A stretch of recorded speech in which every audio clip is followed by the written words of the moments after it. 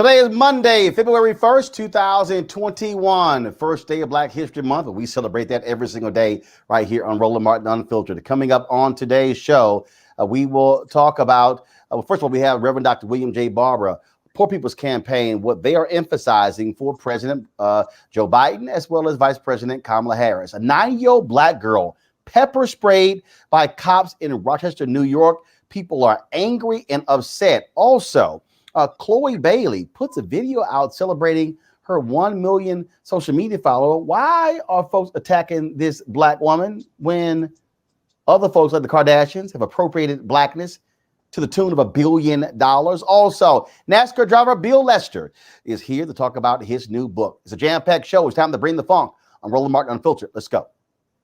He's got it. Whatever the biz, he's on it. Whatever it is, he's got the scoop, the fact, the find. And when it breaks, he's right on time and it's rolling.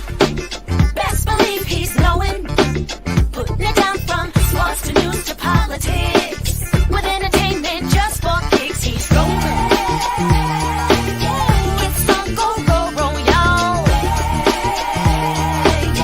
It's Roland Martin, yeah. Rolling with Roland now. He's funk, he's fresh, he's real, the best, you know he's Roland Martin now.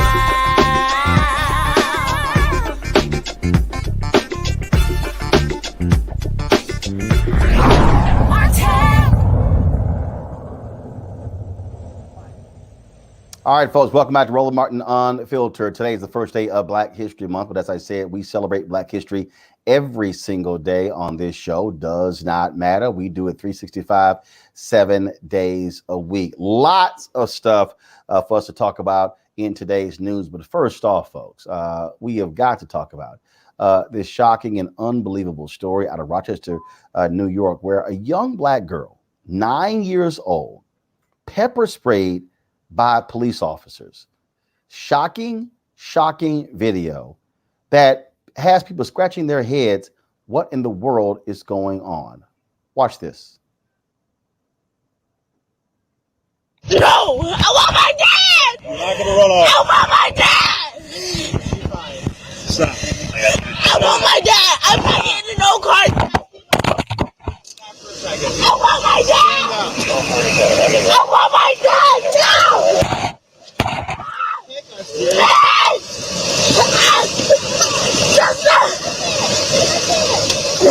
Stop!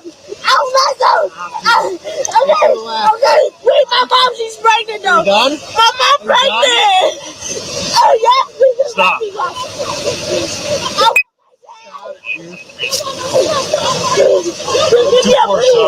I want my dad,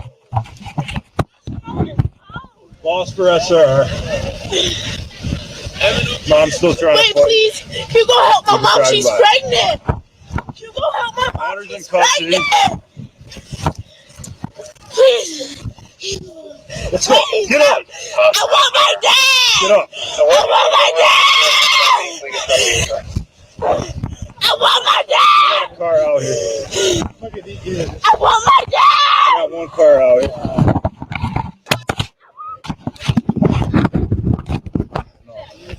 Mom's. I'm ready to take mom to jail too. Okay, but you need to get warm. Okay.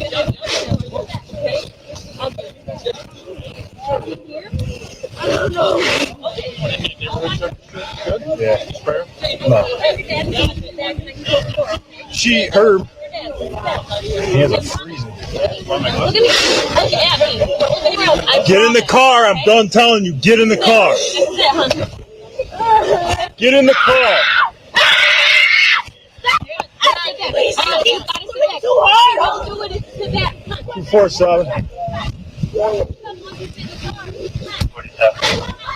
So we're going to play for you the video of the police union defending that. We'll get that ready. Let me go to my panel right now. Dr. Avis Jones, the Weaver, leadership strategist, Mustafa Santiago Ali, former environmental justice, formerly with the EPA, Dr. Julian Mavo, president Merida Bennett College. Avis, 9-year-old girl, cops gets called. They get called. Here's a 9-year-old girl, pepper sprayed. Okay, and the cops like, just pepper spray her. You don't know when a 9-year-old child is throwing a temper tantrum. What you do is you just sit there and say, let me know when you calm the hell down. You don't pepper spray a 9-year-old girl. Well, you do when you don't see that 9-year-old girl as a human being. You do when you don't see her as a child. I don't even understand why you needed. Couldn't even finish counting the number of police cars that were there. It had to have been at least 6, 7 police cars there for one 9-year-old girl. This is what we mean when we talk about the dehumanization of Black bodies. That's exactly what it is. And once again, you contrast that with what we just saw a couple of weeks ago. People literally storming the Capitol, beating police officers with sticks, with hockey sticks, with fire hoses, with crutches, with everything, killing one, maiming others, and then they're getting escorted out of the space completely untouched. And now you have this, and if you're going to bring in police unions into the discussion, where are the police unions on that? I haven't heard one police union say one peep. So this is just what happens when you have a system that continuously and habitually dehumanizes and criminalizes Black bodies. I don't care how young you are. I don't care what gender you are perceived and treated as if you are a mortal threat by people who unfortunately have the power to utilize violence against you in any way they want to. And in the vast majority of situations, absolutely nothing happens to them as a result. It's not just the dehumanization, it's also the defeminization. Would they have done that to a white girl? Hell to the no. So Black women are systematically treated as we are less than other women. We are treated as if we don't matter. To pepper spray, the whole thing, I mean, my stomach was just nodding up. To pepper spray, to brutalize a child, that's what she was, a child, is to basically say, Dred Scott, Black people have no rights that whites are bound to respect. That was the Dred Scott decision. And here we are again, years later, looking at this and looking at this child. And I have to just emphasize that this child, because young Black women are not allowed a childhood. And that's a really big part of the challenge. Remember the young girl who was pulled by her braids, her dreadlocks, by a police officer in Florida. But we've seen again and again and again, young Black girls being treated like they're grown women. And even as grown women, they should not have had to deal with this. This is chilling. And I hope there are consequences, but we know that all too often they're not consequences.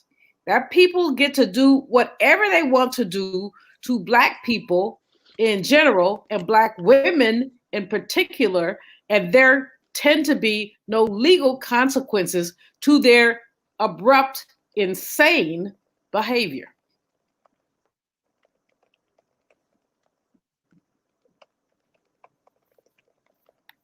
What happened here? I can't tell you anything about him. He came to the scene shortly thereafter. They were trying to get her into the car and made a decision. He made a decision there that he thought was the best action to take. It resulted in her no injury to her.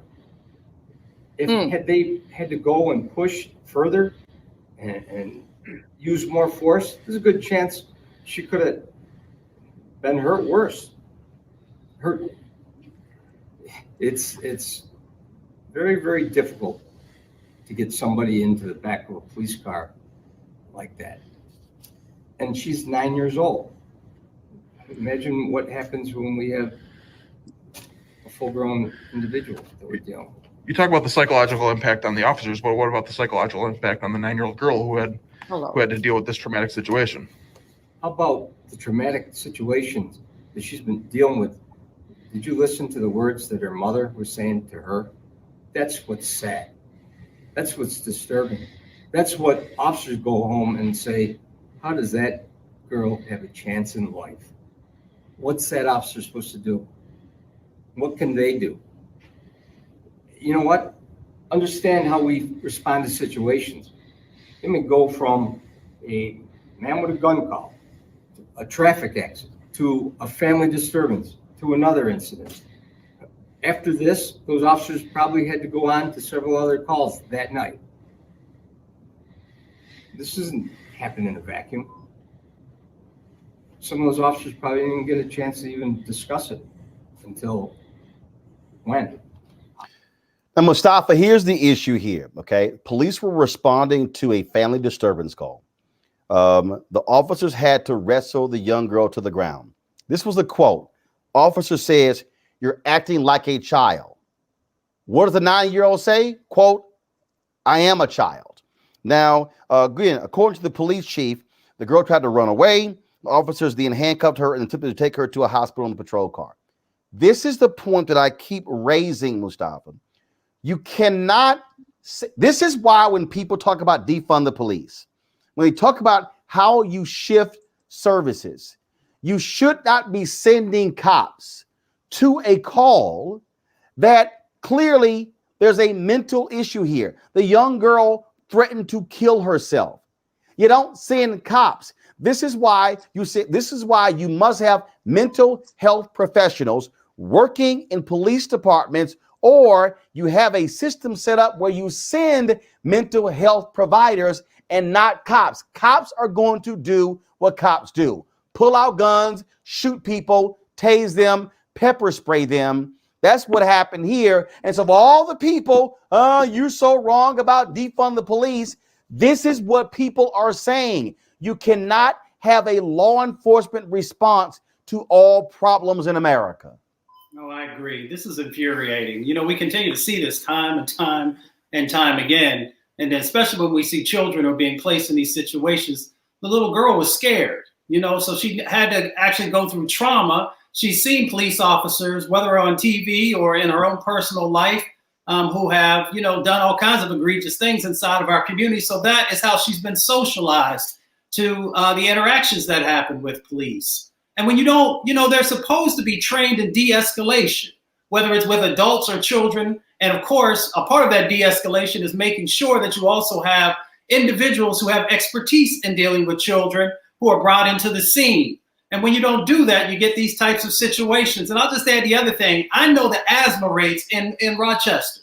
And I know that many Black and brown children have asthma. So when you start pepper spraying children who may or may not have asthma, you are also putting them in a life and death situation. So not only have you impacted her, you know, from a mental health side of the equation, dealing with the trauma from these police officers that he just got through talking about, well, what's the situation going to be like, you know, when someone's an adult? Well, you've already put in place how that person is going to be fearful of you, how that person is not going to trust you. And then you also put their lives in danger because you don't know if that child has some type of a breathing difficulty. And you're also in a COVID-19 moment where I did not see people wearing masks. So you may have also exposed her to the virus. So there are a number of different dynamics that need to be addressed, but it goes back to the restructuring of our police system in this country, which no one wants to have a serious conversation about that. And they just want to automatically shut it down and be like, well, that's folks of color who,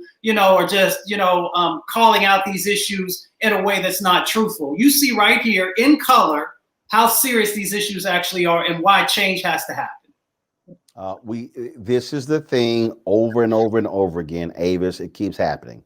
And again, I go back to so many examples. Kajima Powell in St. Louis, the young man who was playing with a screwdriver there in Dallas. In fact, Rochester, this is the same police department where they put the bag over the head of the mentally disturbed brother and suffocated him. Same police department that led to massive resignations.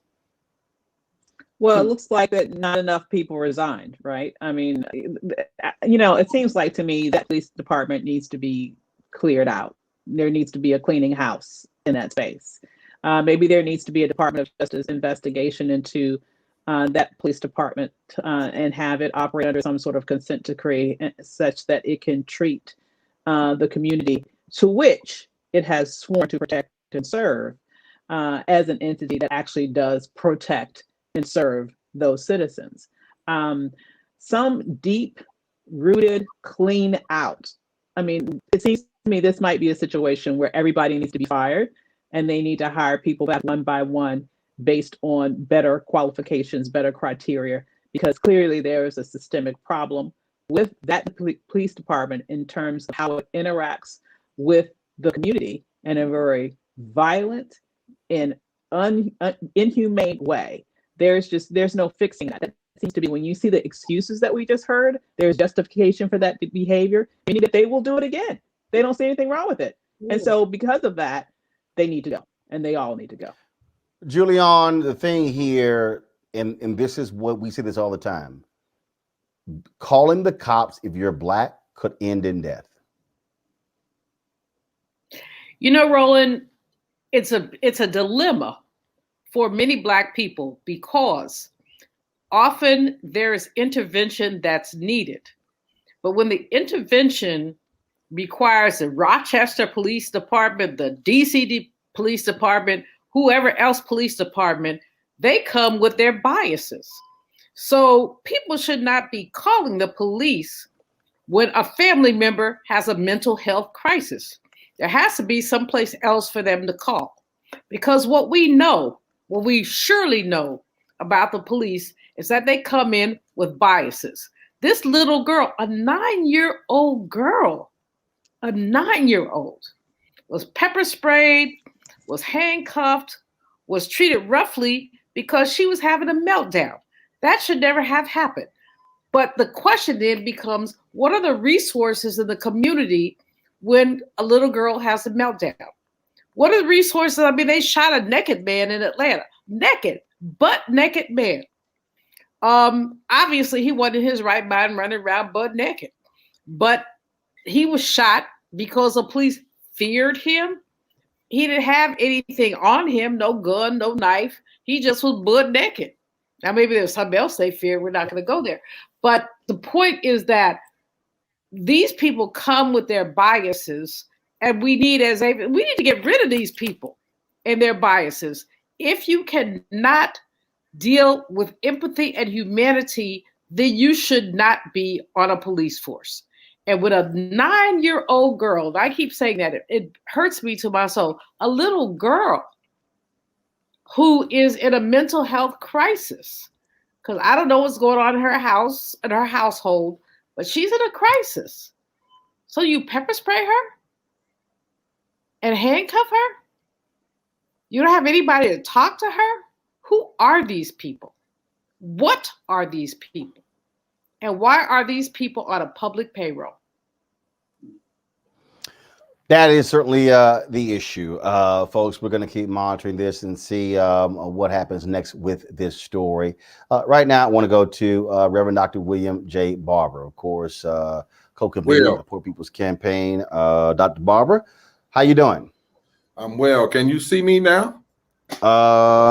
They'll let me know we can see you. I'm actually our setup is a little bit different. We are completely virtual today because of the snow in DC, and so I've got staff literally all in 3 different cities. But they're telling me we are fine. I do want to, before we talk about I can hear you, Biden, but I can't see you, so I'm good. Oh, okay, all right, guys. So I don't think your camera is on.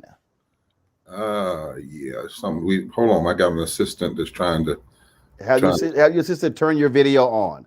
So the camera probably has an X through it, so just turn that on. Yeah, the other screen went down, but let's go ahead and talk while you're there, and she's gonna work on it as we go along. Your audience can hear me and I can hear you. Yeah, audience can hear you, so we'll work on the signal. I do got to get your reaction to what we just talked about. The pepper spraying of a 9-year-old girl. Mom calls the cops. The girl was threatening to kill herself.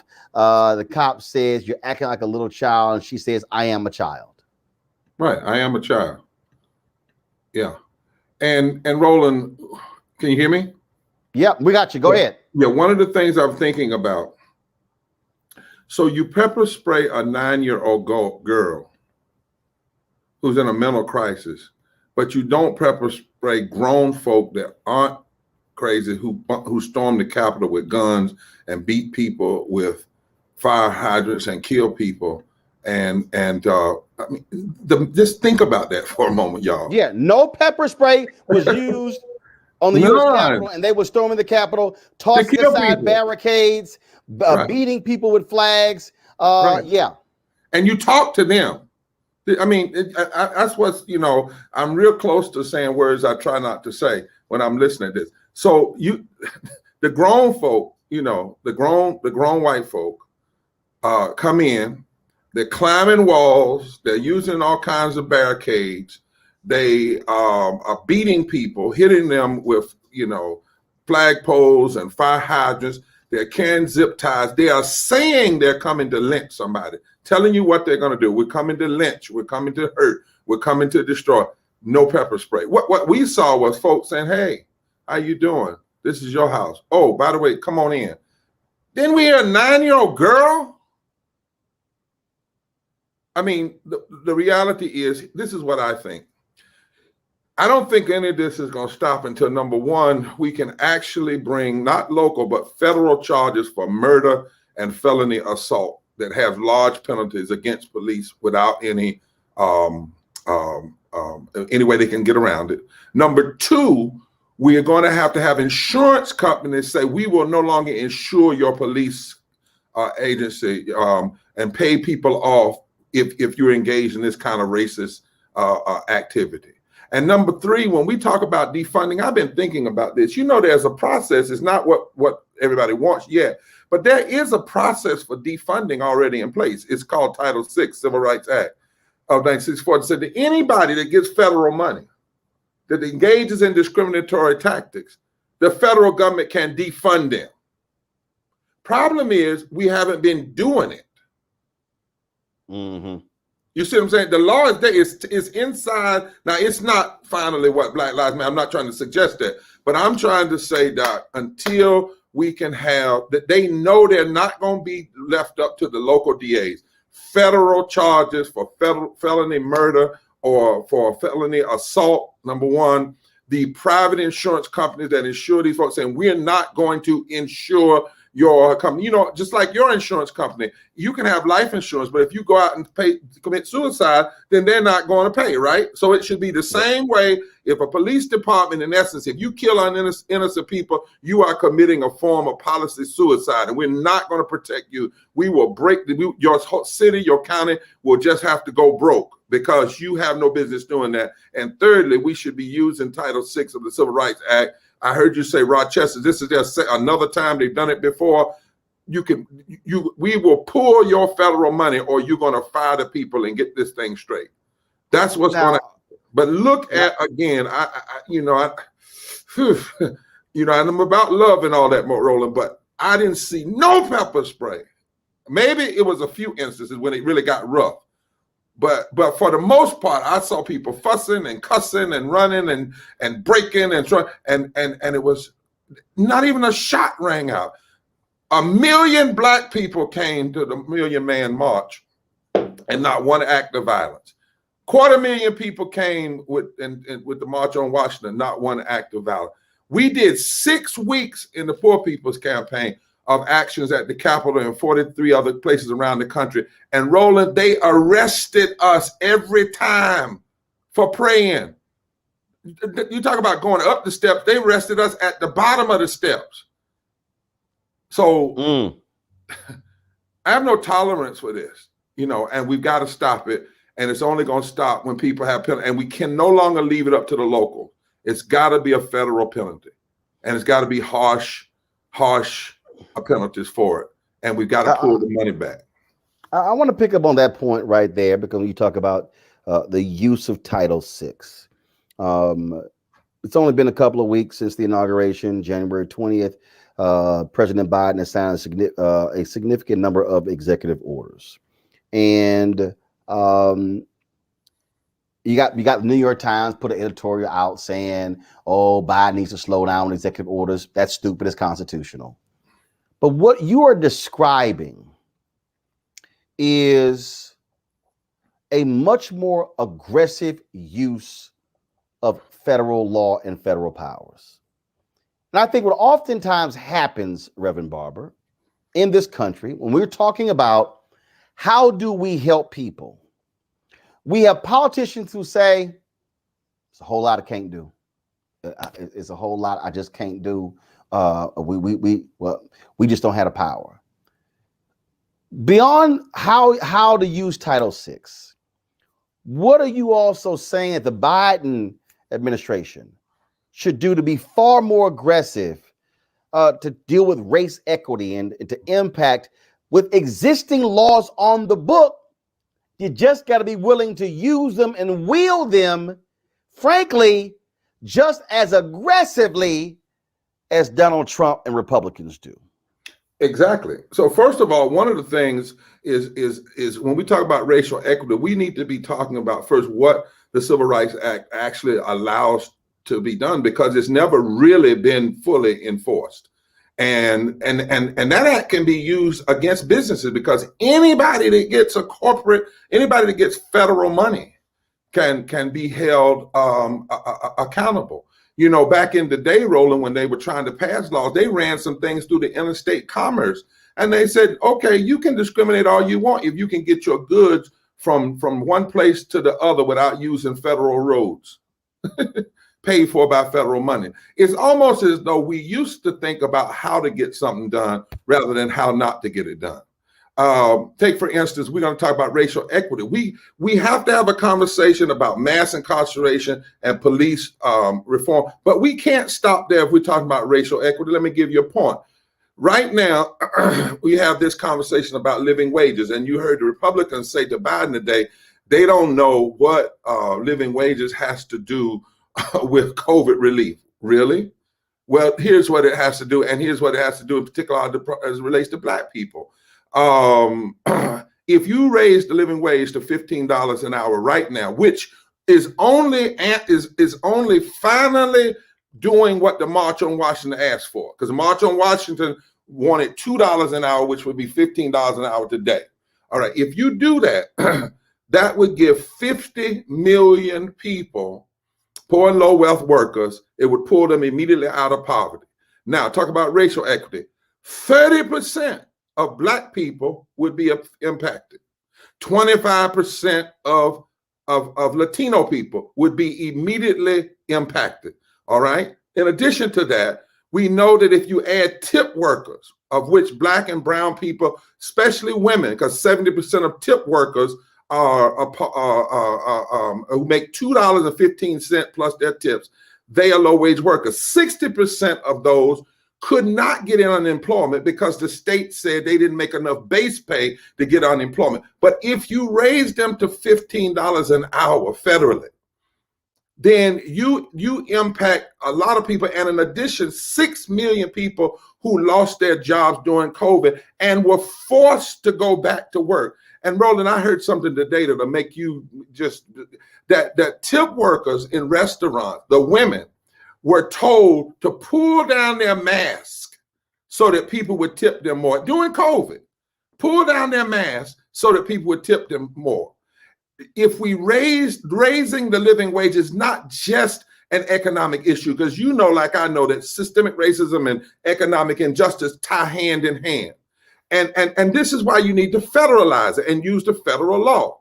Because in Kansas, for instance, the voters voted to raise the living wage, then the state legislature came back, took it from them.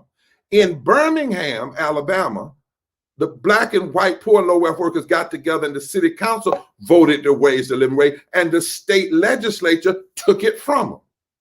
And so we have to wield federal power with much more strength, with being more strategic, and we have to look at it in every area of this work. And that is where we are in this moment. We just had tens of thousands of people. We started 14 weeks of Moral Monday today.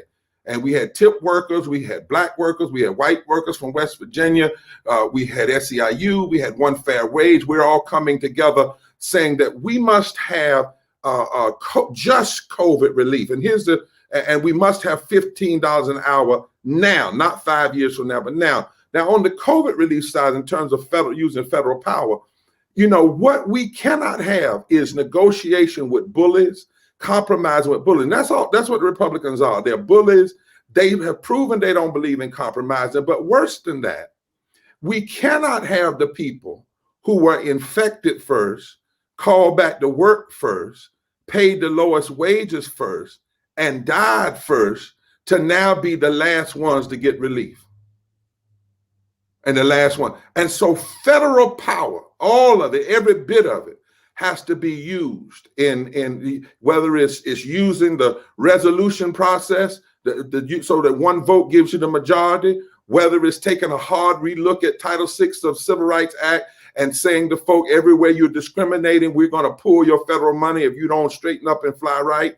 Whatever it is, federalizing $15 in a union so that state legislatures cannot unpack or cannot take away from people their living wages, restoring the Voting Rights Act so that as these state legislatures start trying to enact now all of these racist voter suppression laws in response to the lies about voter fraud, you know, they're starting to do that now. Well, we need immediate restoration, full restoration of the Voting Rights Act and expand it so that federal law can stop them from whatever they're planning on doing. We have to have it.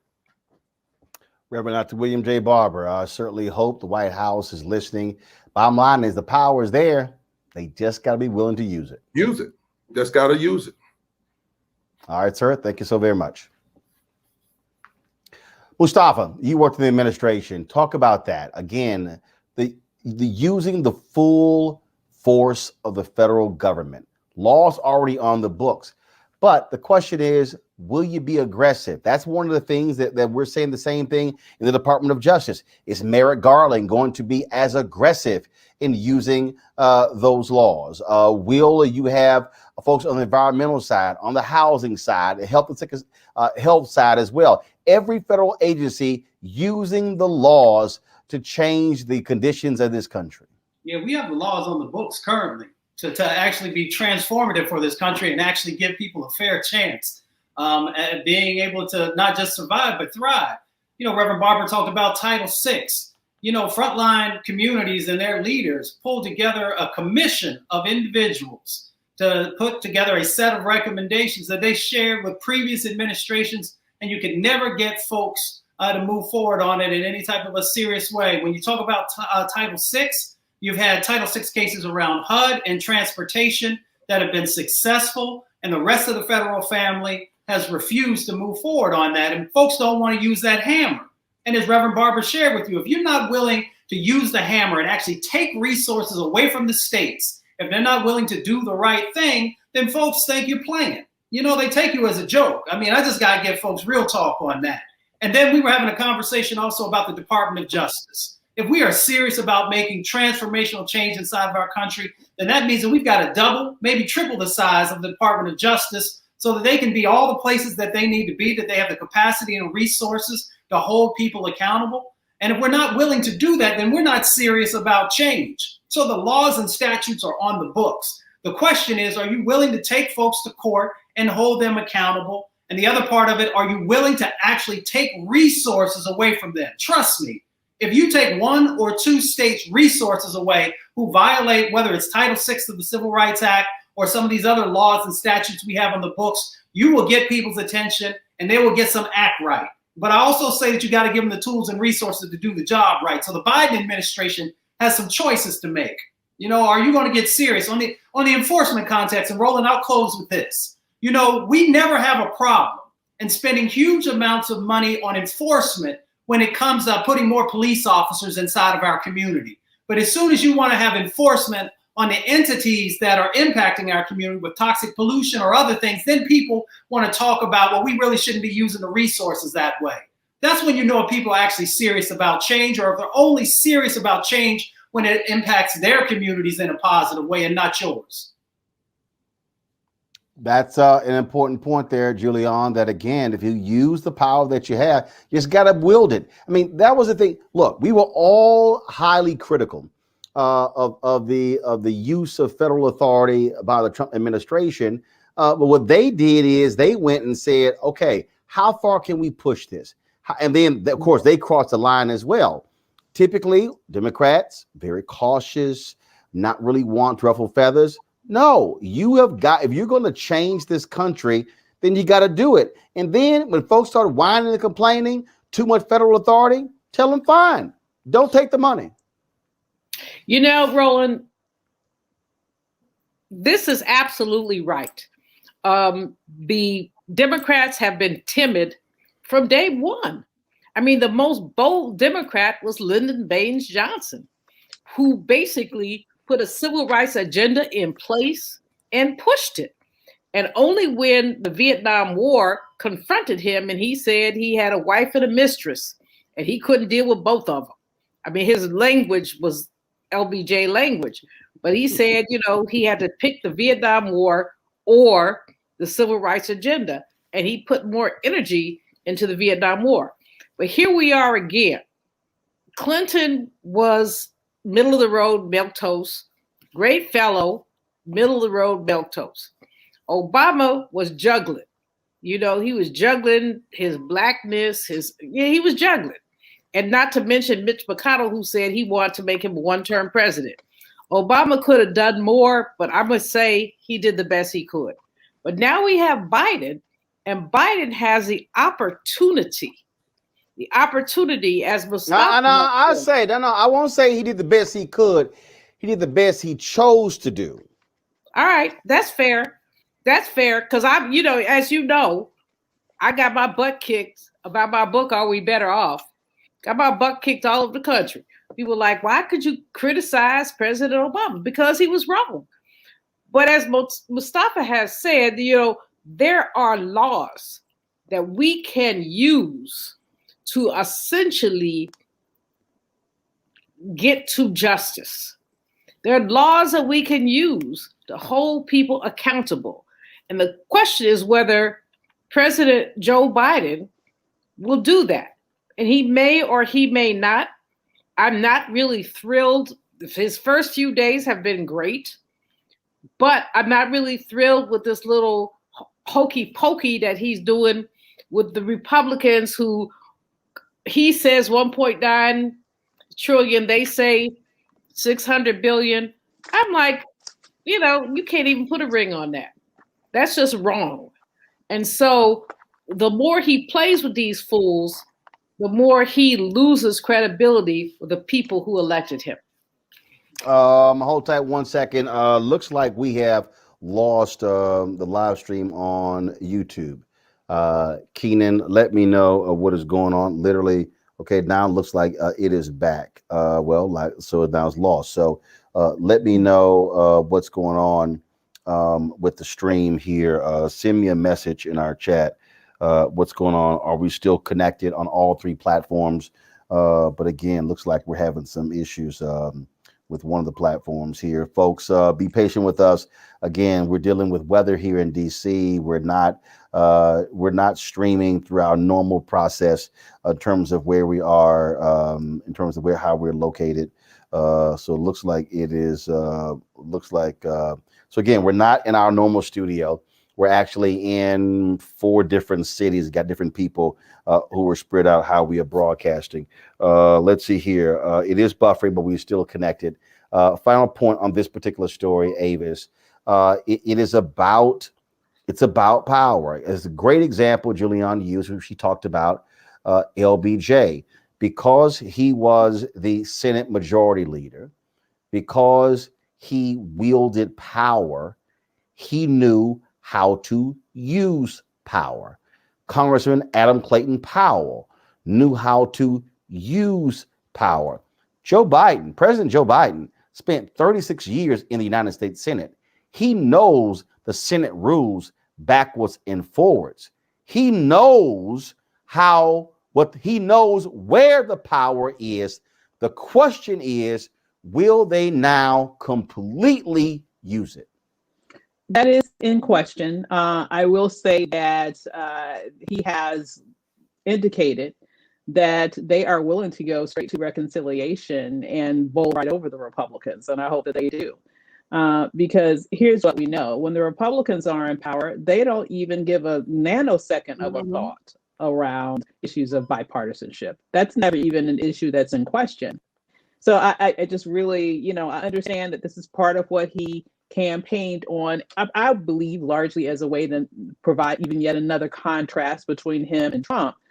But the reality is, why is this burden of bipartisanship supposedly only on the back of Democrats? I'm really kind of tired of that. What we do know is that he won by an overwhelming majority, despite the lies that Republicans, some of them are still saying to this day. He received over 80 million votes. He received an overwhelming victory in the Electoral College. He won over 60 court cases. So in my mind, he won 60 damn times. So, he has a mandate. And he is having this meeting with Republicans. We'll have to see what happens as a result of that. But I kind of, if I were a betting person, I would say that he has this meeting so that he could say, he put an olive leaf out in terms of bipartisanship, which is already just that one meeting is 1,000 times more than the other administration did, and definitely more of an eye towards bipartisanship than what we saw in terms of behavior of Mitch McConnell when President Obama was in office. So he checked that box. But now it's time for him to do what's necessary for the American people. And we are in crisis mode. Clearly a package that is literally 1/3 of what the Biden administration has proposed is not adequate to meet the dueling challenges that we face right now in terms of a health catastrophe that is literally killing thousands of people per day, as well as an economic crisis that has people facing hunger, people facing eviction and homelessness all across this country. So I think he'll have this meeting as a political act to show that he's bipartisan. And then if I had to place a bet, I would say that he's going to do what he has to do. And the Democrats have already signaled that they are ready, willing, and able to take care of this on their own without one Republican vote. And I hope that's exactly what they do. All right, then. Look, absolutely. That's what needs to happen. Look, you wield power. When you got it, when you go out there and you spend billions of dollars to win, then you actually win. This is exactly what you're supposed to do. Got to go to a break, folks. When we come back, we're going to talk about this story that we've been covering, dealing with the issue of CBS, allegations of racism, discrimination when it comes to pay, impacting Black African Americans, Latinos, but also what about this freelancer lawsuit as well, folks, and how folks have been greatly impacted. We'll talk to a woman who has put her career on the line to sue CBS on this very issue. We'll talk about that. Also, boy, don't you just love it when the racists show how racist they are with the body cameras rolling? Yeah, police chief and cops in Georgia, they've quit. Why? Because they were all caught on tape expressing how racist they are. We'll discuss all of that when we come back on Roland Martin Unfiltered. Back in a moment. I'm about to get on the highway, so keep resisting. God bless. I've been following you guys from way back. And I said, man, I really want to partner with you guys. I shot you all a tweet. Jordy, man, he hit me right back, like, boom, like, hey, could you get on the call? And I said, yeah, sure. And so, like, literally 5 minutes later, we were on a call, and the rest is history. Vote yourself a raise January 5th. To me, it was one of the first few campaign messages that I seen that resonate with me. We can get lost in all the jargon that's going on with politics. You cut through all that. So you're going to vote right now, right? I know that's right. You're voting for your boy, huh? I was trying to get me a photo. I love it. It's so nice. I had this perception about Georgia, but the tour allowed me to run across so many different people of all different backgrounds. We hit Augusta, we hit Macon, Savannah, Valdosta, Warren Robins, Atlanta, Kennesaw. We really hit like 15 different cities. So it was really eye-opening. When we went to Valdosta, right? And that was the last place Trump had visited. What we were received was so much love. I was blown away, the support and the people came out with honk and a horn. Yeah, thumbs up. Hey, man, appreciate y'all out too. Okay, buddy. Painting, man. Gotta spread the word, man. And it changed my perspective of Georgia. And I started thinking like, man, we really can do this. I feel like this is an army. I feel like there's a camaraderie amongst us that, you know, the resistance that I felt when I was in the military. I love this country, bro. I love America. It's the best country in the world to me. And to see so many people coming together to defend it, to fight for it in the midst of all the opposition. The American spirit, the American fortitude is still strong. I've seen it. I was out there. I witnessed it. I'm just grateful to be a part of it. So just keep fighting. Just keep the unity, keep the love. We really can turn Georgia blue.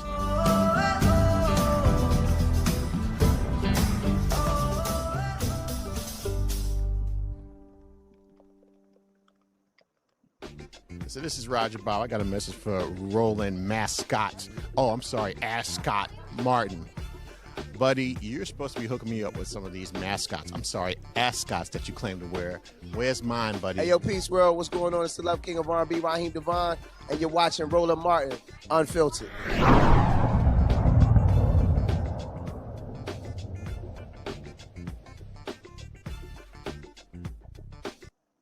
When you think about the fact that 2043, we are going to be a nation that's majority people of color. I've really focused on this a lot on television, on radio, and my speeches. That my focus is trying to prepare us to have demographic power while also having educational, economic power at the same time. Because there's nothing worse than having demographic numbers, but then you still don't have that economic power, that political power, and education power. Well, you know, you and I think most people know and understand that education is what we've got to impress on all of our people. We've got to help people to understand that if you want a decent quality of life, if you want the kind of quality of life where you're not having to worry about your food and your nutrition and, you know, being able to pay your bills or buy a house, then you've got to become educated. The more education you have, the larger the paycheck is. And of course, we've got to be involved in entrepreneurship, taking the talent that we have to create businesses. And there's a lot of opportunity for that.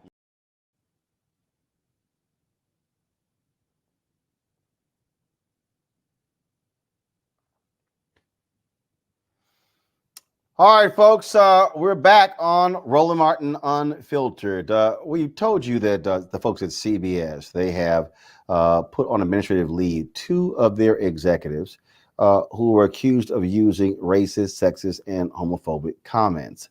One of the issues they've also had to deal with is employees saying that they were being unfairly paid for their work as well. This has been an issue, and a lawsuit was actually filed on this very point. And in fact, remember we had a former CBS employee last week who was on, who talked about Don Champion. His whole livelihood was based on whether or not he would, of course, get assignments when he was a freelancer. And so what's interesting about this is that a former freelancer is suing, of course, CBS, and the station is based in Fort Lauderdale, WFOR Channel 4. She claims the station engaged in wage discrimination as well as gender discrimination. Okay, so let's talk about this right now with Sylvia Harper-Sheehan, also Peter Hugewer, who is her attorney as well. Folks, how you doing? Great, everyone. All right, let's Sylvia. So lay out for us first the basis of your lawsuit, because we've heard others. Again, Don Champion talked about, again, the executives, if they didn't like him, that determined whether or not he got money, you know, whether he would get assignments. And we've heard others. I'm the vice president digital for the National Association of Black Journalists. We've heard others talk about how the use of freelancers was keeping folks from being able to earn a living, and some people were freelancing for more than a decade. Yeah, it's a problem that you don't realize is so widespread because you're so, as a journalist, focused on doing your job and making sure that you do it so well so that you get called back. So of creating instability in your life and put you in a survival mode so that you don't necessarily question what's going on around you. I worked at CBS Miami for 7 years. I was praised and promoted only by title. And in those 7 years, job openings came and went, and I was never offered a full-time position. Other people were hired. And when I asked about it, I was told the position isn't available to you. And when I was asked about a raise potentially on my day rate, I was told that the money isn't available to you. And this went on for 7 years. And you don't think to ask because, well, this is what we want to do. And we do it because this is what we love. This is our dream. But 7 years is a long time. And when I think back, there were so many people that were working as freelancers, writers, producers, assignment desk editors, all of us for more than 3 years at a time, some people for a decade. And to be honest with you, I am nervous being here, even though I took legal action and my attorney's joining on this call. It's scary because the way CBS has managed from the top down, it trickles down into the local newsroom, and the message was always very clear: speak up, or put it in writing, or ask questions, go to HR or business department. The consequences are severe. The bullying and the retaliation is severe. You're either not going to be scheduled, or if you are, you're not going to get the assignments that you rightfully have worked for or deserve. I've spoken to dozens of people out of WCBS, KPEX, out of KCBS. Some people were fired and let go because they asked questions about their time cards. And the issue is that CBS blatantly and bluntly told all of us to write a flat 8 hours on our time cards, regardless of whether we worked for more than 8 or not. So when you think about it, if I'm covering a hurricane, which I did on multiple occasions, and I'm working 18 hours for 5-6 days in a row, I'm getting a flat rate of 8 hours day pay. And when that happens over and over again, the economic disparities and the difficulties are very difficult to overcome. Personally, and this is embarrassing to admit on some level, but I could no longer afford my car to make my car payment. So I had to turn my lease in, and I had to buy a scooter to get to work. I've talked to several people out of WCBS. There was a person who was getting paid $80 a day in New York. $80 a day. And how are you supposed to survive? And when you hear these stories, and I hear these stories because after the lawsuit, dozens of people have called me and have told me their stories. And you hear them over and over again, you realize you're not the only one who was passed over for a job. You're not the only one who was put in that kind of position. So I thought it was extremely important to speak up and stand up and do something about it. Peter, share with us, what you learned, because what Silva is laying out, I mean, is shocking and stunning. And $80 in New York City, Jesus, that's $10 an hour for 8 hours. And if you're working 10, 12, 14 hours, but you're only getting paid for 8? Well, the contention of CBS has been throughout the litigation that these independent television stations are operated with collective bargaining agreements. In Silva's case, there was no collective bargaining agreement through an organization that is SAG-AFTRA. And the SAG-AFTRA union contracts have been negotiated, but frequently there is a per diem rate, and the stations are somewhat different in how they approach their day rate. For example, The KCBS Los Angeles, their anchors are paid a day rate. In Miami, I think Silva was only paid $210 for a day for an extended period of time. And this certainly creates issues. We have advanced her lawsuit under the Fair Labor Standards Act and the Equal Pay Act, alleging violations of both of these statutes and also Title VII for gender discrimination and age discrimination. And a lot of the people that I have spoken to who have come forward as witnesses are scared because of the retaliation that they may face, of fear of being blackballed in the industry.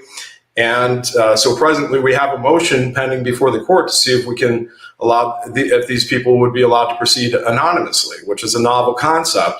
But when you're dealing with such a big entity, the repercussions of speaking up are palpable.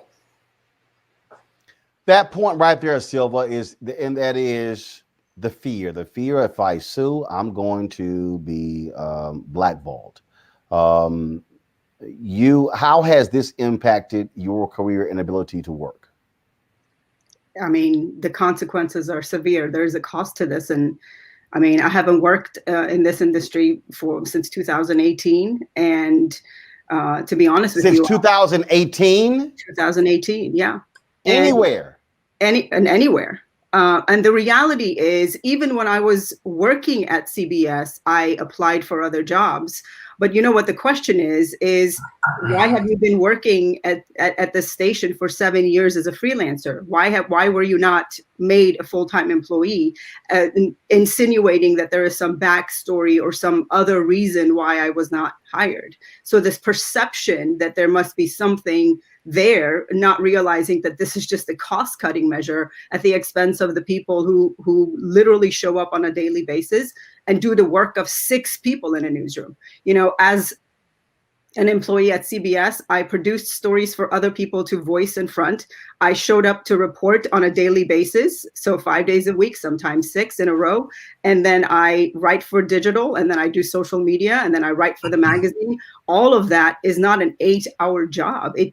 And to be truthful, you know, I put my entire life into this business. I was born in the Middle East. I got to this country when I was 14 years old. I learned to speak English as a sophomore in high school. And to think that I have put everything I have had into building a career and trying to move up the ladder the right way, and to end up in a situation where I have to make a decision between the career I've built and my integrity as a journalist. Because how could I ever ask anyone in the street to risk their life, to put their livelihood on the line, to put their face on camera to tell a story when I can't even do that in my own life? So I grappled and struggled with the integrity of being a journalist, and the cost has been, sorry. I understand. Take your time. Take your time. Sorry. And the reality of it is, since the news broke and this has been made public, and let me just go back and say, I tried to address this with management at the local level. And because of the way this leadership with the 2 people that now are on administrative leave, the way they've emboldened and encouraged leadership on the local level to be, there are no consequences, right, to their actions. So this trickle-down effect is real. So people are walking on eggshells. People who worked at CBS a decade ago I've talked to them in person, and I've got names and stories dating back a decade ago, and they're still afraid to come forward and tell their stories because of the fear of retaliation. And the reality is, it's not enough to hold those 2 people accountable. We have to address this trickle-down effect on the local level, where management is able to get away with anything. You know, part of the reason I came forward is because I tried to address this with my manager. And then after I left in 2018, I did file a complaint during that investigation and nothing happened. I filed an EEOC complaint, but really the last thing that happened to me was that as a reporter, I was sent on assignment and I was sexually assaulted on assignment. And when my complaints and concerns were ignored by the manager who sent me to that assignment, which was, and Roland, you can appreciate this, to go cover a story at the public parking lot of a football game at the Dolphin Stadium, where for 13 hours, people have been tailgating and drinking, and to do a live shot at 11 o'clock. And when I addressed my concerns to be put in that kind of circumstance, I was told, are you refusing to do your job? And seconds before a live shot, my ass is smacked, I'm groped and touched inappropriately. And when I complain, and again, I'm told, are you trying to say you're refusing to do your job? And sent back to the same circumstances for the second time 3 weeks later. And when I finally took it to my female news director, her response to that kind of environment was to stop complaining and to stop whining. When you have a culture, a toxic environment and toxic culture that allows for that kind of behavior and that kind of management to deal with issues on that level, then it makes you kind of wonder, what am I doing here for $210 a day without a car and working 18 hours? And to think that there are hundreds of people who've gone through this organization and have experienced exactly, well, not exactly the same thing I did, but very close. And I can't even pretend to understand what my Black and brown journalist brothers and sisters go through. You heard Don Champion's story. And when you look at the Excel spreadsheet Peter and I have, where we continue to talk to people from CBS, from all of the different stations across the country, and they repeat exactly the same stories and the same MO, the being bullied, retaliated against, if they spoke of. People have lost their jobs, people have lost their livelihoods, and 95% of those people are women above the age of 40. There are people of color, and there are people of members of the LGBTQ community. And you can't turn your face from that kind of circumstance. And if it's one person, then you have a disgruntled employee. But you have hundreds of people with the same story, you have a problem. You have a cultural problem. I'm hopeful that they have been put on administrative leave and that the powers that be are trying to change things, and this independent investigation has been launched. But I'm going to be honest with you, I've gotten calls from almost everyone on that list, and everyone is still afraid to speak to people who are leading this independent investigation. So the fear and the and impact on our careers, it runs deep, and it's important to know that our lives have changed. My life may never be the same again. For 20 years, I built a career that I was hopeful to just show up to work and to do my job. And that may never happen for me again. But how could I ever ask someone else to put their life on the line, to be a witness or to tell their story if I'm not willing to do the same for myself? Peter, final comment. Well, I mean, the law is in place to protect people like Silva.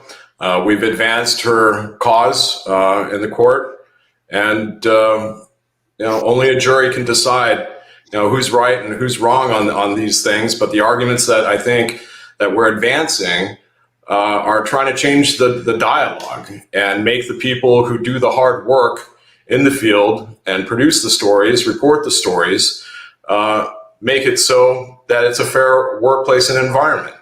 And when the people who are asking the reporters in the field to put only 8 hours on their timesheet, when that's not factually true, I think there's a lot of implications to the local station and to the network for their employees who are being asked to not report accurately, something that's a key component for their job.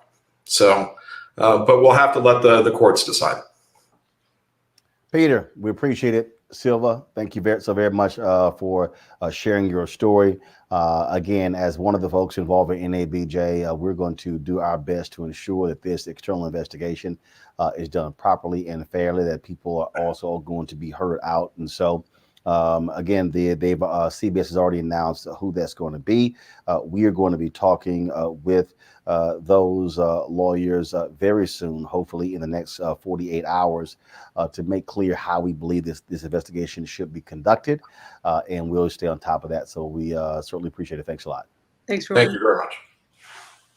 Folks, got to go to break. When we come back, cops in Georgia busted their racism all out in the open now. We'll discuss. Plus, NASCAR driver Bill Lester talks about what it's like being one of the few blacks in the history of NASCAR to make it to the big stage. That is next on Roland Martin Unfiltered. You want to support Roland Martin Unfiltered? Be sure to join our Bring the Funk fan club. Every dollar that you give to us supports our daily digital show. There's only one daily digital show out here that keeps it black and keep it real as Roland Martin Unfiltered. Support the Roland Martin Unfiltered daily digital show by going to RolandMartinUnfiltered.com. Our goal is to get 20,000 of our fans contributing $50 each for the whole year. You can make this possible. RolandMartinUnfiltered.com. All right, so a lot of y'all are always asking me about some of the pocket squares that I wear. Now, Robert don't have one on. Now, I don't particularly like the white pocket squares. I don't like even the silk ones. And so I was reading GQ magazine a number of years ago, and I saw this guy who had this pocket square here, and it looks like a flower. This is called a shibori pocket square. This is how the Japanese manipulate the fabric to create this sort of flower effect. So I'm going to take it out and then place it in my hand so you see what it looks like. And I said, man, this is pretty cool. And so I tracked down, it took me a year to find a company that did it. And so they make these about 47 different colors. And so I love them because, again, as men, we don't have many accessories to wear. So we don't have many options. And so this is really a pretty cool pocket square. And what I love about this here is you saw when it's in the pocket, you know, it gives you that flower effect like that. But if I wanted to also, unlike other, because if I flip it and turn it over, it actually gives me a different type of texture. And so therefore it gives me a different look. So there you go. So if you actually want to get one of these shibori pocket squares, we have them in 47 different colors. All you got to do is go to RolandSMartin.com/pocket squares. So it's RolandSMartin.com/pocket squares. All you got to do is go to my website and you can actually get this. Now, for those of you who are members of our Bring the Funk fan club, there's a discount for you to get our pocket squares. That's why you also got to be a part of our Bring the Funk fan club.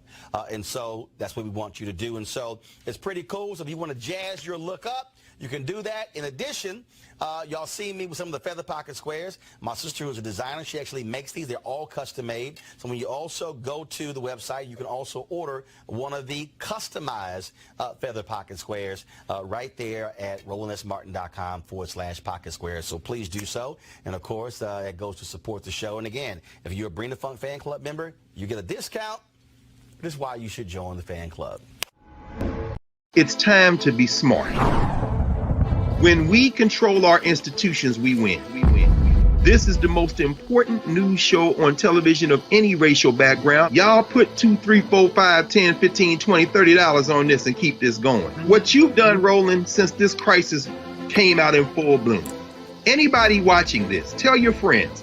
Go back and look at the last 2 weeks, especially of Roland Martin Unfiltered. I mean, hell, go back and look at the last 2 days. You've had sitting United States senators today, Klobuchar and Harris. Whatever you have that you can bring to Roland Martin Unfiltered to support it, please do, because this information may literally save your life. Watch Roland Martin Unfiltered daily at 6 p.m. Eastern on YouTube, Facebook, or Periscope, or go to RolandMartinUnfiltered.com. Support the Roland Martin Unfiltered Daily Digital Show by going to RolandMartinUnfiltered.com. Our goal is to get 20,000 of our fans contributing $50 each for the whole year. You can make this possible. RolandMartinUnfiltered.com. All right, folks, welcome back to Roland Martin Unfiltered. All right, you gotta love body cameras. They're there for our benefit, really, to protect the citizens. But what happens when they're there to record the racism of cops? This took place in Georgia. Roll it. He said, you know, what they're saying now is, well, you didn't have to shoot him, it's just a taser. Then how come when you tase a f***ing nigger, it's like you done killed him 27 times? If I had a fucking nigger, I'd rather f*** the mayor than Stacey Abrams. Yes, sir. Hamilton. I don't own no slaves. My folks didn't own no slaves. Hey, you know, what do we talk about? 200 years ago? Hey, I do a lot of stuff on my family history, on Ancestry. I did find evidence of some slave owning part of my family, even though we're from Ohio and there's nobody up there. But I'm going to tell you, looking at Chris's family, holy man, let me tell you what. After the Civil War was over with, he became an overseer on a plantation. So he was in charge of all the slaves. It seems to me like they furnished him a house to live in. They furnished him clothes to put on their back. They furnished him food to put on their table, and all they had to do was fucking work. And now we give them all those things and they don't have to fucking work. That's it. Well, the police chief quit, the cop got fired, and I swear, Julian, you gotta appreciate the racists who love to run their mouths. You know, Roland, these people are crazy. They are totally crazy.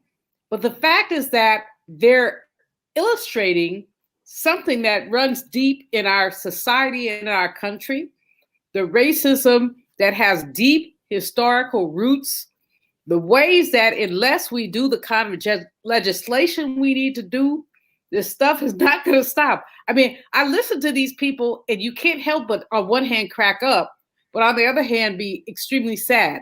Marjorie Taylor Greene. Can somebody just do something about that woman? The things that come out of her mouth are like vitriol, violence.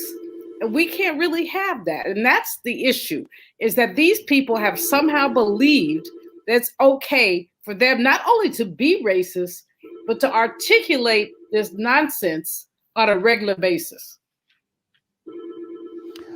Avis, first of all, this is in West Georgia, Hamilton, Georgia. Police Chief Gene Allman, he's the one who quit. John Brooks was actually fired, and it was Brooks' body cam that was recording this. And the conversation took place in front of the police station before Black Lives Matter protests. My goodness. Well, thank God for the incompetence of that fool that left his camera on.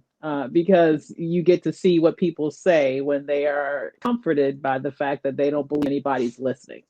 And, you know, what's really instructive, though, about this conversation is the deep hate and vitriol that it seems to indicate that they have for Black people. Is it any wonder, then, why you have this rush to violence, while you have this abundance of use of force, why you have this likelihood to kill rather than to de-escalate? It's because deep down, people hold these very deep-seated racist beliefs, which they have enough sense not to express in public. But when they are amongst one another, it comes out. We're just lucky that we caught it this time. But it also makes you think that if that was the police chief, and that was a police officer speaking this freely among each other, what does the rest of that department look like? I can tell you with 100% certainty that's likely not the first time they've said anything like that. And I can probably also guarantee you that they're not the only ones to express such beliefs. They just got caught. Mustafa. Set you free, set you free from your job when you share these types of racist belief systems. And, you know, we know that this is unfortunately integrated throughout both military, through many of our law enforcement, not everyone, but far too many, which makes it a dangerous situation because these are the folks who have guns. These are the folks who are making split decisions about whether you live or you die. And we also got to make sure that, you know, we have this administration to start to think more critically about law enforcement. And again, there are good folks who are in law enforcement, but let's be sure. And one of the ways that we can be sure, and it takes some resources, is that there needs to be a psychological evaluation before, one, people are hired, and two, periodically throughout their career.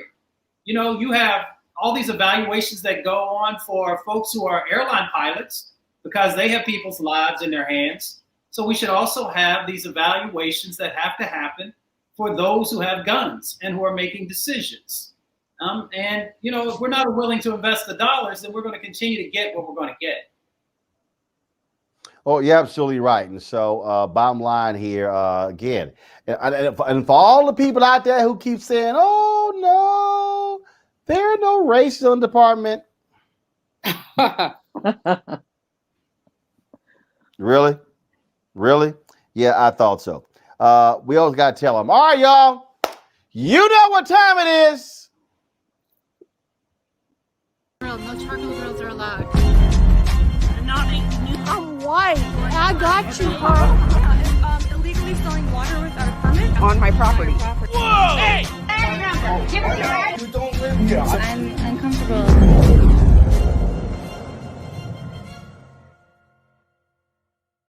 Hey, folks are really losing their minds over simply being asked to put on a damn mask.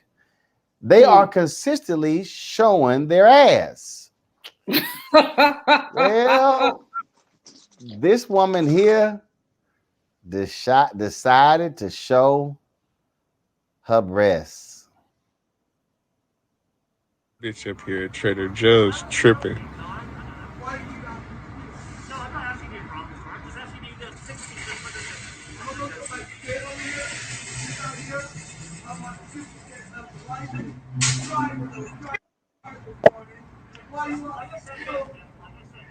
She running up on shit.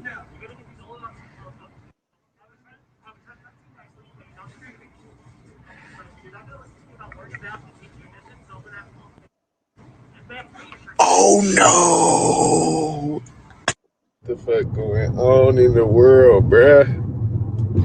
What the fuck was that? I just needed some juice.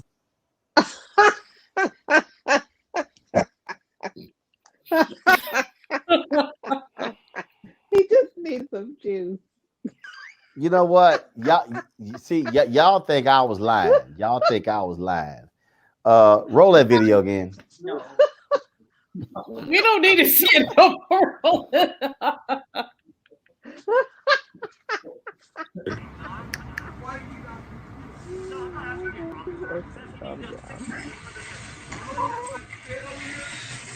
Almost done, okay?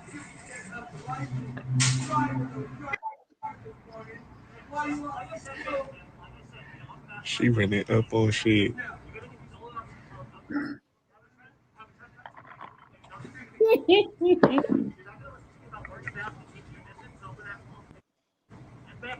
Oh no! What the fuck going on in the world, bruh? What the fuck was that? I just needed some juice. Julian, I'm trying to figure out what does You showing trying to her figure breasts. out? I'm trying to figure out what I'm like- WTF was that? WTF was that, Roland? I mean, this is called a crazy, you know what, white, ignorant person. I mean, WTF? Seriously. What wrong with these people? So Avis, she don't want to wear a mask, but she gonna flash her breasts. Like somebody want to see that shit. Excuse my language. I mean, Excuse my I language. don't care But I if mean, you don't want to seriously. wear a bra. I understand. It's, you know, we kind of on lockdown still. I really put one on myself these days. But let me just say, when you outside in public, you need to put on a mask. However, I don't really understand why there was the connection between the mask situation and then flashing people. I mean, it's like shock and awe. What was she trying to Avis, get do you from that? flash? I don't understand. No, Avis, hell to the no. Do you flash when you go outside? No. And I'm too old to flash. I will say, though, the whole lockdown situation has liberated women with that bra situation. However, I will have to tell you, look, that's I'm taking it too fine. far. I'm fine, Mustafa. You ain't got to wear a bra. COVID is not going to attack your breasts. So you ain't got to put a bra on, but your ass got to put a mask on. You know something? Hey, Roland, we with you. I don't know what's wrong with these crazy people. So I truly do not. And it's ironic. It was at Trader Joe's. I was there about 2 weeks ago, and this white woman wouldn't put a mask on. She refused to. And I could feel her breath on the back of my neck. So I was trying to be kinder and gentler. I turned around and said, "Ma'am, could we please observe social distancing? And could you please put your mask on?" And Heaven told me no. But the young white man who was behind her called for security. Unfortunately, I'm well known in my neighborhood.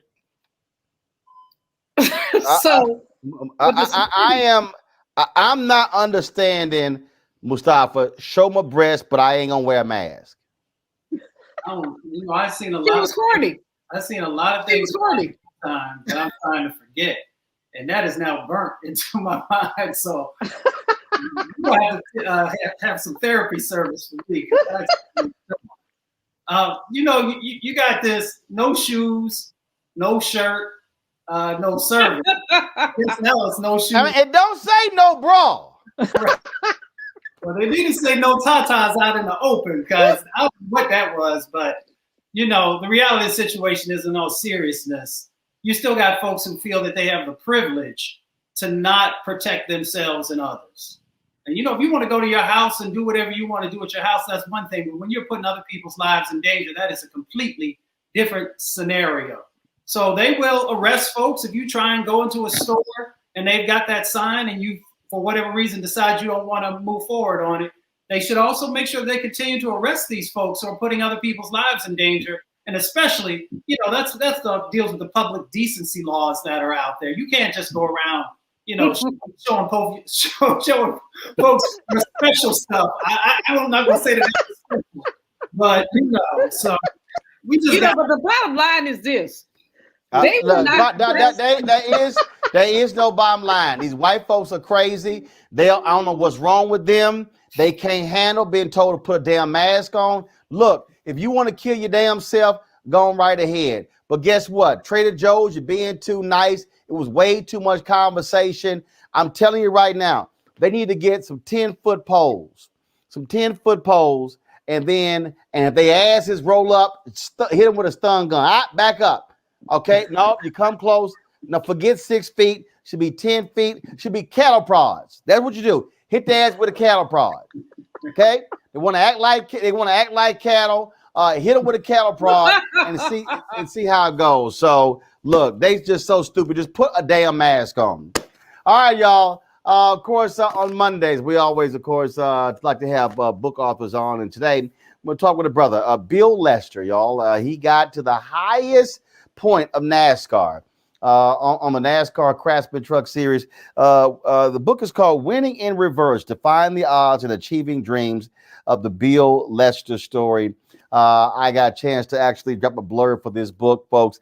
This is the book right here. His book. It talks about his career in NASCAR. Bill, welcome to Roland Martin Unfiltered. Pleasure, man. Good to see you again. It's been a minute since we were out there on the golf course, Has been a minute, and I remember, oh my God, I can't remember if I was with the Dallas Weekly, it probably was the Dallas Weekly, or it was with Black America Web. I cannot remember when you were on the NASCAR Craftsman Truck Series. I remember going to Daytona, and you were driving for Dodge, and you were That was the first time we actually got to meet, and you took a unconventional route. I mean, typically what happens with folks who become NASCAR drivers, they start young, they grow up, they join the circuit very early. You had a different rise. Explain. Yeah, man, totally different. It kind of leads to why the name of the memoir is called Winning in Reverse, because I did it completely atypical from what most race car drivers do. Most race car drivers start out, like you were saying, at a very young age, usually in their single digit years, less than 10, in either a go-kart or a quarter midget, a very small mini race car. And then they work their way up the ladder to getting into big cars. And then they have their professional career. And by the time they're like in their 40s, usually they're retiring. My situation was completely different. I was fortunate that my father took me to a race when I was just shy of 8 years old, and that set the hook. I was mesmerized by the cars going by me at 160 miles an hour and so, but never thought it was something that I could necessarily aspire to be, because when I looked to my left and I looked to my right, nobody looked like us, right? So, but at that age, I wasn't tripping off of it, but I do recall distinctly that was the environment. But, as I grew up, I got my driver's license, and I realized that not only did I have an obsession for speed, I was pretty darn good behind the wheel, because I was doing all sorts of things that I didn't condone, like racing on the streets. I was doing the Fast and the Furious before it was a movie. And somebody said, before you kill yourself or somebody else, take it to a racetrack. And so that's effectively what I did. I went through engineering school. I got a degree in electrical engineering and computer science, but it was not my passion. It was a tool. It was so that I could get myself a good paying career and go racing. And that's effectively what I did almost with my first paycheck from Hewlett-Packard Company. I went and bought a race car and did extremely well. And so lo and behold, when you and I met, I had finally got an opportunity to race in NASCAR, which is something that I never had any ambition of doing when I was young. I was growing up in Northern California, and what I thought was cool was IndyCar racing or sports car racing, not NASCAR racing, not running around in a circle trying to stay off of a concrete wall. But I wanted to be where the growth of the sport was, where, the most excitement was, where the most fans were, where I could make the biggest name for myself, and that was NASCAR racing. And lo and behold, you and I met each other when I was with the Dodge program in 2002 and 2003 in the Craftsman Truck Series, is what it was called at that time. Now it's got a different name because there's a different sponsor. But I did that for a number of years, but my crowning achievement in NASCAR was being one of the few Black drivers to ever race on Sunday, which means racing in the Cup Series. The Cup Series is the top level of NASCAR. That's where you race against, the names you heard, like Jeff Gordon and Dale Earnhardt and, Jimmy Johnson, guys like that. So I was able to do that. And I'm proud to say that I was one of only 4 in the last 60 years to be able to do that. So I'm few and far in between. Wendell Scott was racing in the 60s. A guy named Willie T. Ribbs was racing in the 80s. I came through in the mid 2000s. And now you guys have probably heard of Darrell Wallace Jr. or Bubba Wallace. He's out there now, and he's doing a good job out there on the circuit. You mentioned Willie T. Ribbs. You mentioned what been in NASCAR. He also was in Indy. That's a phenomenal documentary about his story on Netflix. Was your experience similar or different than what he had to endure? We both encountered racism out there on the circuit. But the way that he got into racing and the way that I got into racing were very different. He came about it more traditionally, such that he came about at a very young age, having the opportunity to go and race cars. He comes from a racing family. His father was also a racer. And so he actually went to Europe, which was a wonderful training ground for him to hone his skills. So he got to do it at a very young age. I didn't get to do it until I was in my 20s to begin racing. And then I didn't become a professional race car driver until I was 40 years old. That's when I became a full-time professional. I had a 15-year career in the high-tech industry at Hewlett-Packard. I was a research and development project manager, and everybody thought I was crazy to go and pursue this dream of racing. But, that's what I wanted to do with my life, and I didn't want to live a life of coulda, woulda, shoulda. And I had my wife's blessing and support, and thank goodness, because I would never have been able to do it without her. But, at 40 years of age, when most professional drivers are winding down their career, that's when my career took off. And so, yeah, Willie's, ascension and my ascension were completely different. But at the bottom line is, when we got to the racetrack, you know, some of that stuff that you guys were talking about earlier in terms of how these folks think over there on the other side, we obviously both experienced it. I was not embraced out there on the circuit. You know, I mean, when I went to tracks like Talladega, Alabama, Martinsville, Virginia, Darlington, South Carolina, the last person those fans wanted to see is somebody looking like me. I mean, it was the point where I was getting booed on stage during driver introductions. You know, I mean, before the race, when you go up and you're introduced to the crowd, you know, people were booing me. And I was like, you know, really, seriously? But, you know, I guess basically comes with an old, you know, traditional redneck mindset that this is their sport. And they've been able to hold on to NASCAR because of the dollars that are required to be able to compete in it. Most people don't realize that every year you need about $18 to $22 million a year to compete for a single car. You know, how many people in the Black community are going to stroke an $18 to $22 million check per year? Not many. So you're going to mainstream America, and corporate America is very risk averse. They do the same thing over and over. They're not going to sit there and put their neck out for somebody that doesn't look like them. So you go through all the politics of the sport, you know, and it just burns most people out. And that's why a lot of drivers who want to be professional don't get there, because they're so discouraged and, you know, they're so beaten down. They just become dejected and, you know, demoralized, and they give up. I could not, and I would not take no for an answer. And even though it took me a long time to get there, I managed to. I made it. You talked about that, and it's very interesting. If folks y'all really ought to go see the documentary on Willie T. Ribbs, because he talks about how Bill Cosby put up the first $250,000 for him to race in Indy. At the time, Bill Cosby was doing Jell-O pudding, and he was doing Coca-Cola, and he had all of these major sponsors, and he thought, no brainer. All right, this guy's good. I've got all these corporate connections. And one by one, they all said no. And even Bill Cosby was stunned that these are people who he was in business with. And they were fine with Bill Cosby selling their products. They were not going to support this product of Willie T. Ribbs in Indy. And so, and another thing that people don't realize, we talk about, you know, NASCAR and how it operates. You know, we think about traditional teams, football teams and basketball teams and baseball teams, and you have that structure. NASCAR is different. Your teams are individuals. You don't have a city. It's not like the league awards a franchise. The reality is NASCAR is really controlled by one family. Yeah, that's right. The France family. You know, it's independently owned and operated effectively. And so most people don't realize that either. There's no, like, you know, in the stick and ball sports, there's usually players unions and things of that nature. That does not exist in professional motorsports, especially not in NASCAR. I mean, as a NASCAR driver, I was an independent contractor. You know, I wasn't even an employee of the race team that I drove for, right? Every year I had to determine what was the best opportunity for me to be successful, whether it was being, you know, a part of the team that I was just racing for, or whether or not, you know, the pastures were greener by my taking my skills, my talents, you know, my helmet, and going to another team, you know. So there was no job security, and it was crazy. Every race team effectively was looking for drivers to bring sponsorship along with their talents. It's almost as crazy as, you know, telling LeBron James, well, LeBron, you know, we see that you can jump out of the gym. You got eyes in the back of your head. You can pull 3-pointers out of your rear like it's no tomorrow.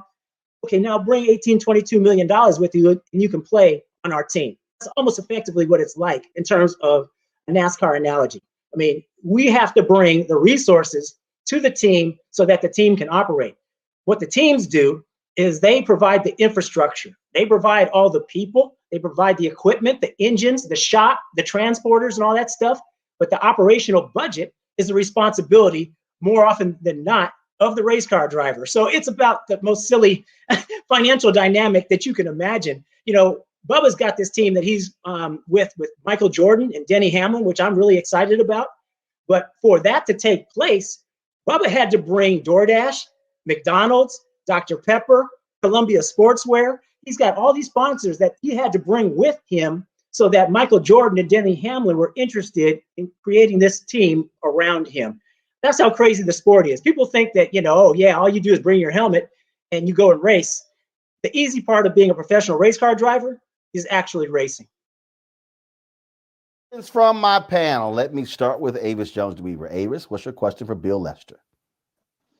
Hi there. This is a really, really interesting dynamic. I never knew about the finances behind it. So when you made this huge leap from your, quote unquote, good job, right? Your very, very stable, very, very prestigious career that you had to this new, basically following your passion, but understanding that financial dynamic, what made you sort of take that, not fear, for example, that huge financial commitment, sort of like that upside down situation that you may have been putting yourself and your family in by having that huge responsibility on your back over and over and over again with regards to just plain funding your passion at such a high level year after year after year? Yeah, I mean, that's an excellent question. The fact is that I knew I had God-given talent and ability. I was never formally trained as a race car driver, and I was able to be successful in just about every discipline that I applied myself racing-wise. So, I had the utmost confidence in my ability. And, the other thing is that I knew that I had to get out of my comfort zone. I also knew that with great risk comes great reward. I was blazing a trail. It wasn't something I knew that was going to be easy. Most people tried to discourage me, believe it or not. Not my parents so much, but friends and maybe distant or not related, immediately related family, but distant family would say, "Well, why are you doing this? I mean, you're successful." Well, my definition of success is happiness. I wasn't happy doing what I was doing. I was successful by everybody else's definition because I was making big money. I had responsibility. But I was miserable going through the 8 to 5, the Monday through Friday. I was living for the weekend. I couldn't wait to get to a racetrack and try to either race a car or talk to people that were at the track that could make some of my dreams and ambitions come together. I mean, my heart and my mind and my passion was elsewhere. It wasn't at corporate America. I could do the job, but I had no passion for it. And I just didn't want to live a life of regrets. So I knew I had one opportunity to do it. And with my wife's blessing and support, again, he's the one who kicked me out of the nest. Here I am at 37 years of age. And she says, "Listen, hon, one, you're not getting any younger. And two, you're not getting any easier to live with. So either make this dream a reality or say you gave it your best and it wasn't meant to be." So what we did is we gave myself a 3-year window of opportunity. I left HP at 37 years of age. And I knew that if I didn't land a professional gig by 40, I was going to have to go back to the reality of being back in the high-tech sector. But lo and behold, my ship came in, all the networking I did, all the perseverance and persistence, trying to not take no for an answer, which I didn't do, it paid off. But you're right, it was a leap of faith. There was no guarantee that I was going to be successful. So I landed on my feet, fortunately. Mustafa. Yeah, well, one is an honor to be able to talk to you. My father and my uncle both race cars locally, so it's great to see you. So cool. What advice would you give a young man or woman who's interested in following in your footsteps? What are the skills you think that they should make sure that they hone to be able to be successful? Well, I would say the most important thing is to start at a young age. The way that I did it, I probably broke the mold. I don't think that's going to happen anymore. As you know, with all sports, the athletes start younger and younger. And, it's just so difficult to amass the resources that are necessary to start at a young age. Because when I say young age, we're talking about families that are spending 6 figures for their, 6, 7, 8-year-old, son or daughter to try to win a karting championship.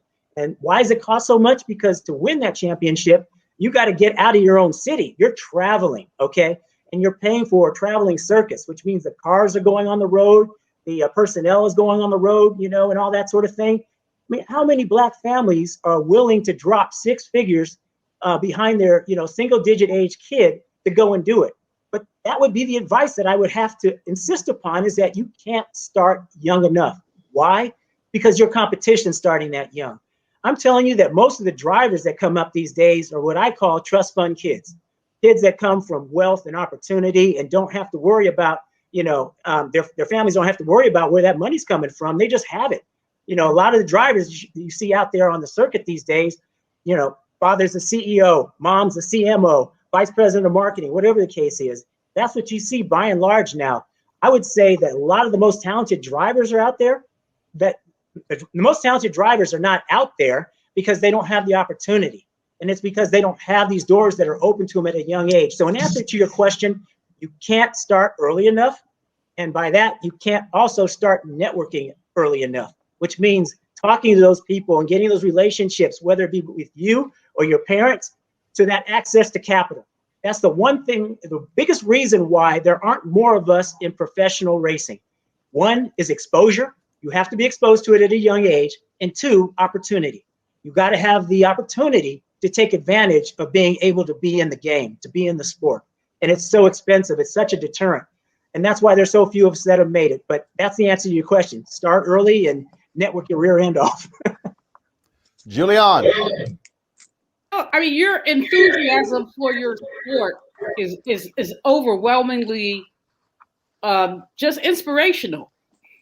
The thing that I heard from you that transcends sport racing was your admonition to get out of your comfort zone, which I think is something that wherever we are, we have to push.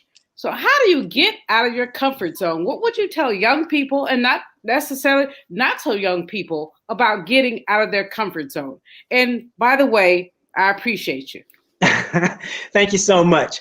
Well, getting out of your comfort zone, really, as far as I'm concerned, is a function of finding a passion. If you find a passion, something that you just can't do without, that was what racing was to me. I ate it. I slept it. It was the first thing I thought about in the morning. It was the last thing I thought about when I put my head on the pillow. I knew I wanted to race. And if you're willing to find that passion, believe in yourself, not take no for an answer, you will find a way to get out of your comfort zone. Trust me when I tell you that it was not the most enjoyable experience being around some of these racetracks when these folks, you know, donning their Confederate flag apparel and walking around with their Confederate flags. You know, it was just like, I can tell you, you know, the stories are in the memoir, you know, about just how disheartening that was to me. But, you know, it didn't make me bow my head. I knew who I was. I was strong. I knew that I, you know, was there for a reason. I knew what I needed to do. But, you know, it's just not easy. So getting out of your comfort zone, it all circles around to, do you have a passion for something? Do you have the drive? Do you have the perseverance and the persistence to do those sorts of things that are required to get where you want to go? And for me, I had to get out of my comfort zone. Listen, I'm telling you, I'm a guy, as you can tell, no Southern drawl. I grew up in Northern California in the Bay Area, went to Cal Berkeley, and then come to the deep South to race in NASCAR. Nothing would have been further from what I thought my racing career would have taken me to. I would have thought that I'd wind up in the Indy 500 with open wheel cars, or, you know, the 24 hours of Daytona in Florida, or 24 hours of Le Mans in France, but not running around in a stock car in circles, trying to stay off a concrete wall, hanging out with the good old boys. But sure enough, you know, by the way, we share a Bay Area connection. I was on faculty at UC Berkeley many years ago. No kidding. So that's where I graduated with my degree in engineering, and my father was also a member of the staff in the Department of Chemistry. So, yeah, okay. So we share that. African American Studies and Econ. Okay, very cool. So yeah, Bill, I always ask this question of book authors, and that is even those who write their own books. What was that one wow moment as they were writing, as they were researching, where they were like, wow? Did you have one?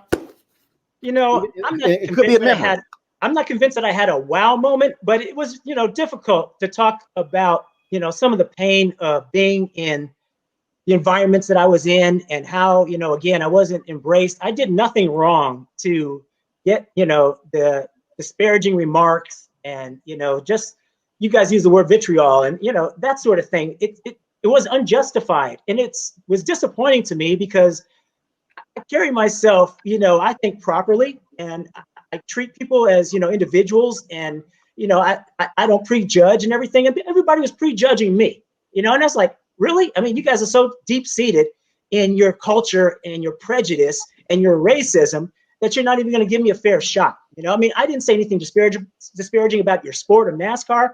I always, you know, was effectively complimentary about being grateful that I got the chance to be in that sport, you know, and to be in your environment. And it was still just, you know, they didn't want me, you know? So that was probably one of the difficult things. One of the other difficult things is just being so close to having had a victory at a point in my career, and it was effectively taken away from me by a teammate. And that was really a painful lesson, you know, that I hated to have to relive. But to tell the whole story, you got to. I mean, people have said it before, and I think it's true, that to be truthful in a memoir, you got to open a vein. And so, you know, I did just that. I opened a vein. And, you know, I just also wanted to say that, you know, my memoir is just that. It's a motivational memoir with a racing backdrop. I don't want people to think that it's a racing story, because it's not. It's basically a situation where I've identified 8 keys to allow me to be successful and live my dream. And I think these are 8 keys that anybody in any walk of life trying to do anything or accomplish anything can take and resonate with and allow them to live their dreams. Called Winning in Reverse. Defying the odds and achieving dreams, the Bill Lester story. You definitely want to check it out. Bill, it's a pleasure, man. Thank you so very much for sharing your story with us. Hope folks get their copy of this. And then once we're past COVID, then you'll be able to autograph these bad boys, all the folks who get it. Absolutely. Roland, I appreciate you having me on. The official release is tomorrow. Amazon, Barnes & Noble. You can even go to BillLester.com, learn a little bit about me, and order it from my website. So I hope you guys enjoy it. All right, Bill, thank you so very much. Folks, if y'all want to support what we do here at Roland Martin Unfiltered, even though we had snow here, let me also apologize. I don't know what is going on with YouTube today, but our signal was buffering. It was stopping. It was all sorts of problems all day. And so same issues we've been having on Facebook. And so we're dealing with lots of snow on the East Coast. It's causing problems with fiber optics and you name it, but the show must go on. We literally also did this story from multiple places. My staff did not come into the office. And so I'm in one city. I got staff in 3 other parts, actually 4 other cities, but we all make it all possible. Y'all want to support what we do here at Roland Martin Unfiltered. Please join our Bring the Funk fan club. Our goal is to get 20,000 of our fans contributing at least $50 each, which comes out to be $4.19 a month, 13 cents a day. And so please assist us. Cash App, $RM Unfiltered. Of course, PayPal.me/R Martin Unfiltered. Venmo.com /RM Unfiltered. Then you have, of course, Zelle. You can send it. The email is roland@rolandsmartin.com. Money order. Mail it to New Vision Media, 1625 K Street Northwest, Suite 400, Washington, D.C., 2006. Avis, Julian, Mustafa, we certainly thank y'all so very much. Tomorrow on the show, we will talk with the co-chair of President Biden's COVID task force about the importance of African Americans taking that vaccine. It's going to be on tomorrow's show. And I was going to do it today, but because we were delayed because of the signal and all the other drama today, I want to talk about Chloe. The young lady, Chloe, she put a video out, her dancing, to celebrate crossing 1 million followers on social media. And folks have been attacking her and ripping her to shreds. And I got to deal with this whole issue of Black women being attacked for showing themselves and their body. But we ain't got a problem with the Kardashians and the Jenners riding their bodies to $1 billion company. I'm going to need folks to explain that. Also, I'm going to do a Roland Martin deconstruction, how Black businesses are playing themselves small. Trust me, the Chloe conversation, the COVID conversation, and the deconstruction, y'all do not want to miss tomorrow's Roland Martin Unfiltered. I promise. That's it, folks. I certainly appreciate it. Thank you so very much. I'll see y'all tomorrow. How?